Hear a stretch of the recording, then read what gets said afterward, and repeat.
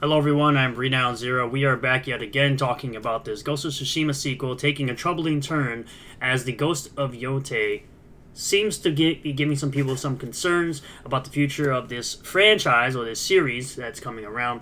You had some people, automatically assuming that the game is going to be woke simply because there's a female protagonist over the male protagonist in Jin Sakai. Now, me personally, I don't think that's the case. I believe, as I said in my State of Play video yesterday, that you should see what happens. We'll see how it goes. Obviously, some people agree with that. There are people that are the opposite and just think it's woke because it's female. But this is what the type of stuff that has people concerned about the future of the Ghost of Tsushima franchise or series moving forward. Coming to us, of course, from SmashJT.com.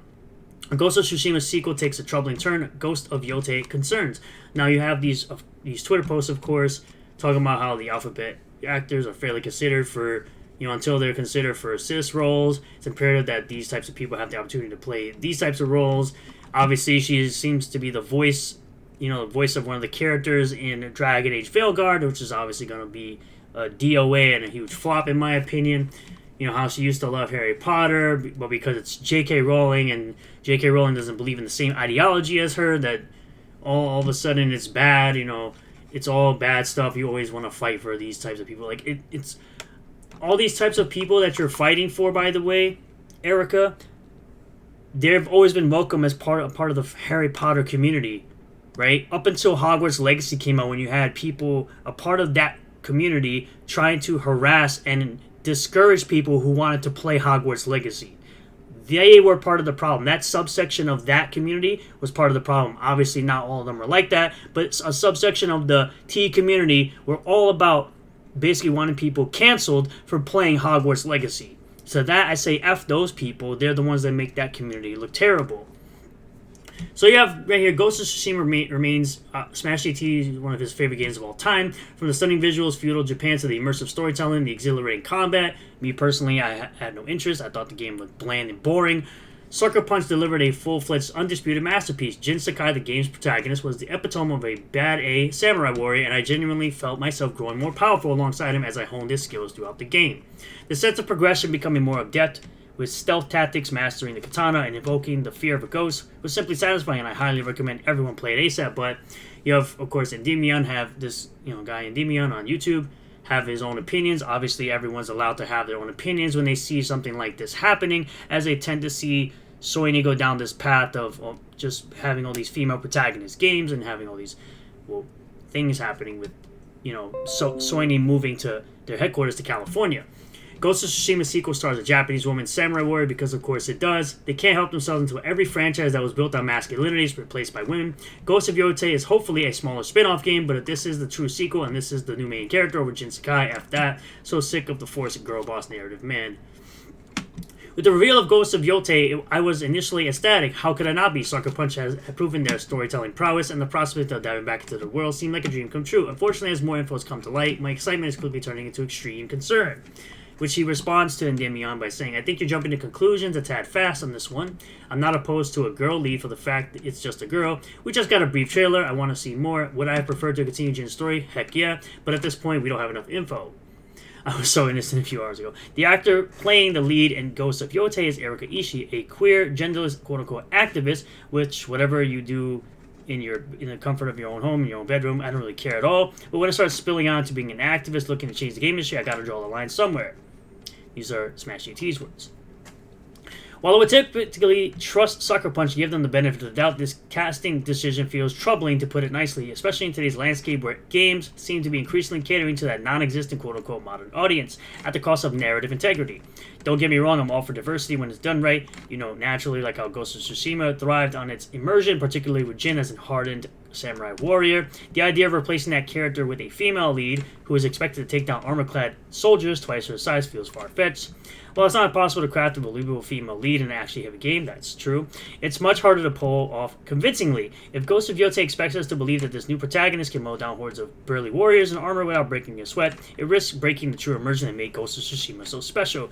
Obviously, here she's talking about casting a non-binary or gender-fluid actor as Ed in Cowboy Bebop, saying it makes sense.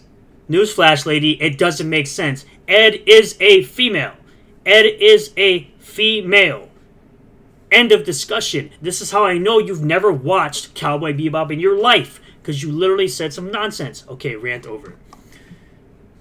Obviously getting pushback saying, how about we prioritize good acting before gender sexuality? If they happen to be non-binary, great. I wonder why you automatically assume the best actor to portray someone non-binary would be cis. Again, Ed is not non-binary. Ed is female. You did not watch Cowboy Bebop if you believe that Ed is non-binary. You are dumb.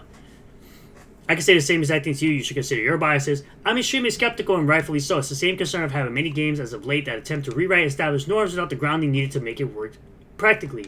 I'm quote-unquote gender fluid, as she says. I scream as I shoulder my way past the massive line for the women's restroom and sprint straight into the men's stalls. Yeah, that's a little weird. I wouldn't want that at all.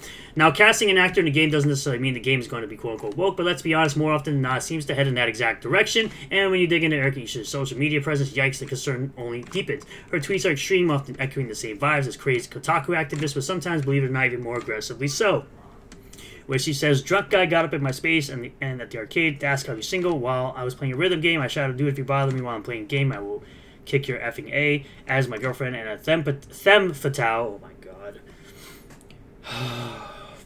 Making up words as we go. Walked up to flank me. Haven't seen him since.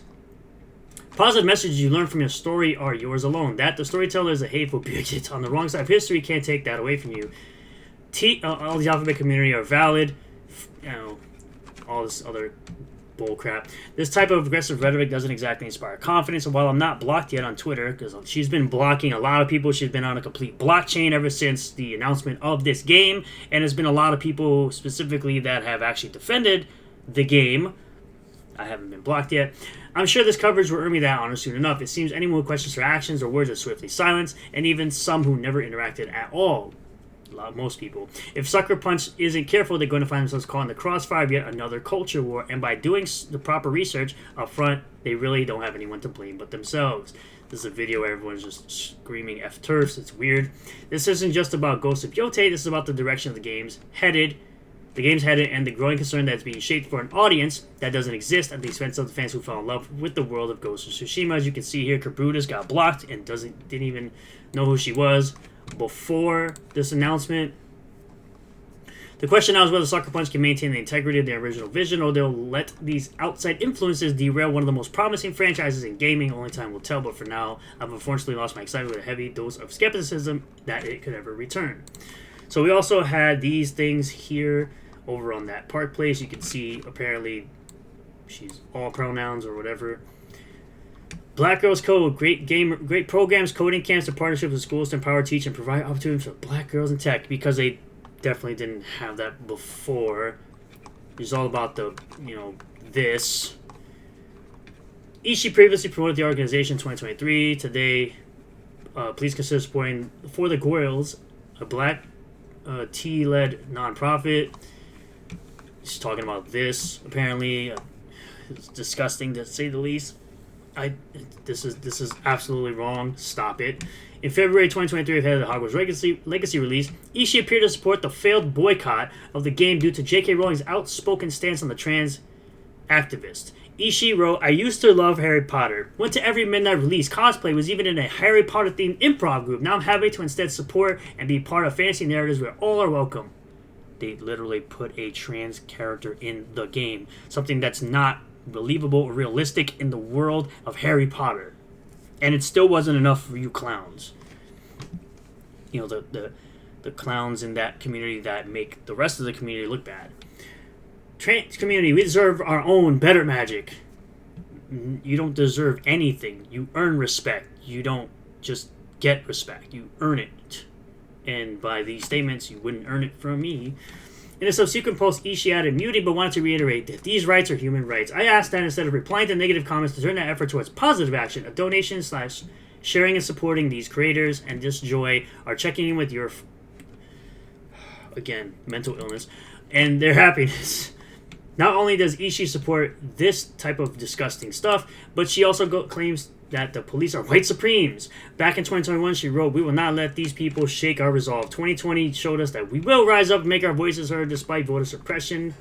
From the left, facing down a white supreme police force, risking all this health and safety, we hit the polls and streets to say no more. They can't stop us. So you're a commie. So you're admitting you're a commie. On top of hiring Ishii, Sucker Punch hired former Insomniac Games community manager and Sweet Baby Inc. defender Thomas Hart to be the company's community manager beginning in April of 2024. Hart announced he joined Sucker Punch, writing on X, "Incredibly excited to announce that today is my first day at Sucker Punch as a community manager." He defended Sweet Baby Inc. just a month prior. "This whole Sweet Baby controversy is mind-numbingly dumb." It's not. You're just, again, an ideological weirdo. Most people have no idea how games are made or what a consultant does. Destroys games, because literally Alan Woke 2 hasn't made a profit, and yet somehow they're able to drop a DLC for it. Many don't even care to listen when someone tries to explain to them. They'd rather have an other to demonize. Yeah, no.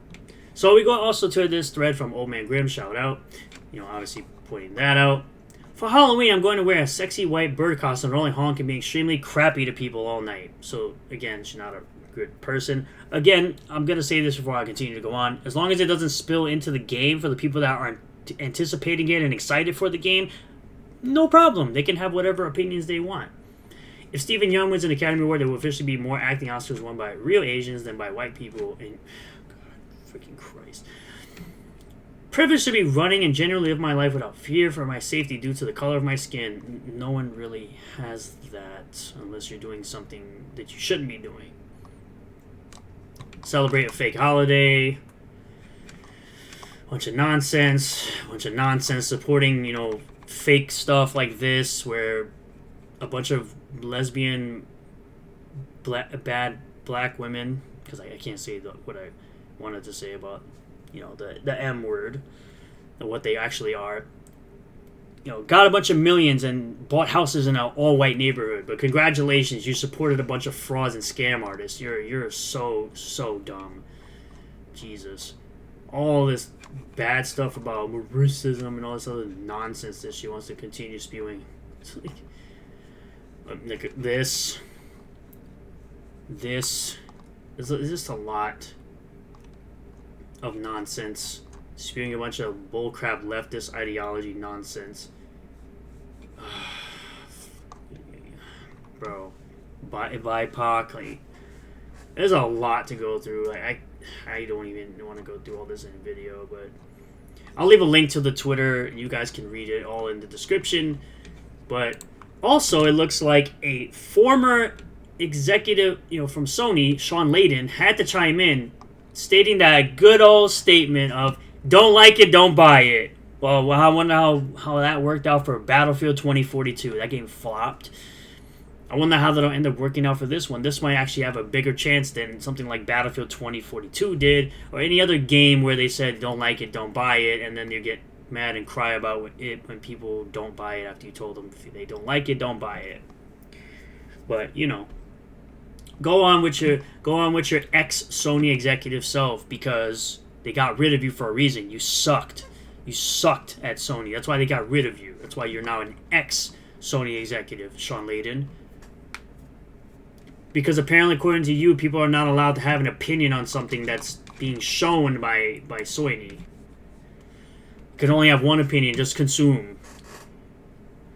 So at the end of the day, yeah, it's true. If you don't like it, don't buy it. But you don't tell people that, especially if you used to work for Sony. Come on now.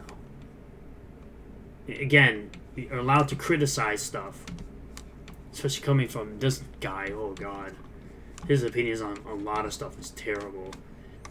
But I thank you all for checking out this video. I really do appreciate all the new subscribers, returning subscribers, new viewers, and returning viewers. If you do like this type of content, hit the like button, comment below if you feel well. Subscribe for more of it.